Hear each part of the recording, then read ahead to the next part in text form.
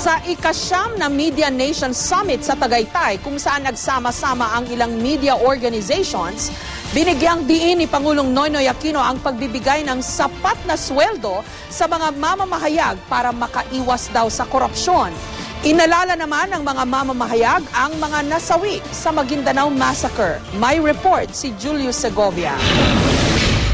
Humarap si Pangulong Aquino sa iba't ibang media organizations bilang panauhing pandangal sa 9th Media Nation Summit for News Media dito sa Tagaytay. I've always believed that the media is both the bulwark of freedom and an instrument for empowering our fellow citizens to take responsibility for their actions and achieve positive change. Ayaw na raw maulit pa ni Pinoy ang panahon ng martial law kung kailan may busal sa bibig ang mga mamamahayag. Pero may dalawang bagay na pinunto ang Pangulo.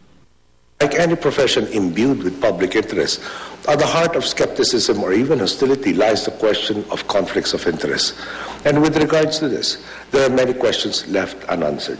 For instance, what are the parameters concerning endorsements? What are the requirements for sources? Alam daw ng Pangulo na hindi biro ang trabahong sinusuong ng bawat mamamahayag. Kaya para hindi na raw matukso ang media men sa korupsyon na siyang paksa ng Media Nation Summit ngayong taon, gaya ng ibang empleyado, dapat daw magkaroon ng just compensation ang nasa industriya ng pamamahayag. Hindi naman ikinailan ng ilang media organizations na may korupsyon sa media, kaya patuloy raw sa paghanap ng solusyon para masawata ito.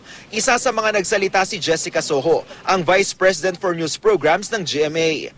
Mahirap man pero patuloy raw sa pagsugpo ang Kapuso Network sa media corruption. Paraan na rin daw ito para panindigan ang slogan ng kumpanya. People have been dropped from our roster for cases involving a few hundred pesos. Our goal is not merely to prevent corruption and to police our ranks. Our goal is also to avoid even giving the appearance of dishonesty. We want to ensure that there is no reason for anyone to doubt the integrity of our reports and to question our motto. Pasensya na rin po sa plugging. Walang kinikilingan, walang pinuprotektahan, serbisyong totoo lamang. Nataon ang unang araw ng Media Nation Summit sa ikatlong anibersaryo ng Maguindanao Massacre, kung saan kabilang ang media men sa mga naging biktima. Nag-alay sila ng dasal sa mga nasawing mamamahayag.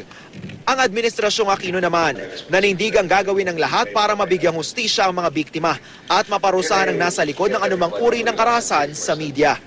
Julius Segovia, GMA News.